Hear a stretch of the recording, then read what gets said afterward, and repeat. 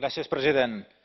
Hoy, Oriol Junqueras, exdiputado en este Parlamento, y Joaquim Forn, consejero de Interior del Gobierno de Cataluña, han cumplido 8 meses en la cárcel, 242 días privados injustamente de libertad.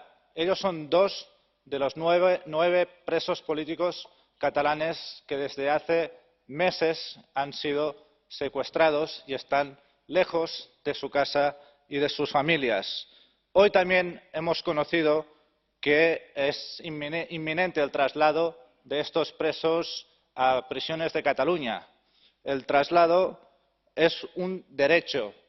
Lo que sería justo es que nuestros presos políticos estuvieran libres, estuvieran con sus familias, en sus casas. Y también lo que sería justo es que algún día los que han abusado de la figura de la prisión preventiva y los que han retorcido el derecho tuvieran que dar explicaciones por lo que están haciendo. Los presos no serán moneda de cambio, porque queda por resolver su libertad y queda por resolver el derecho efectivo de la autodeterminación de nuestro país.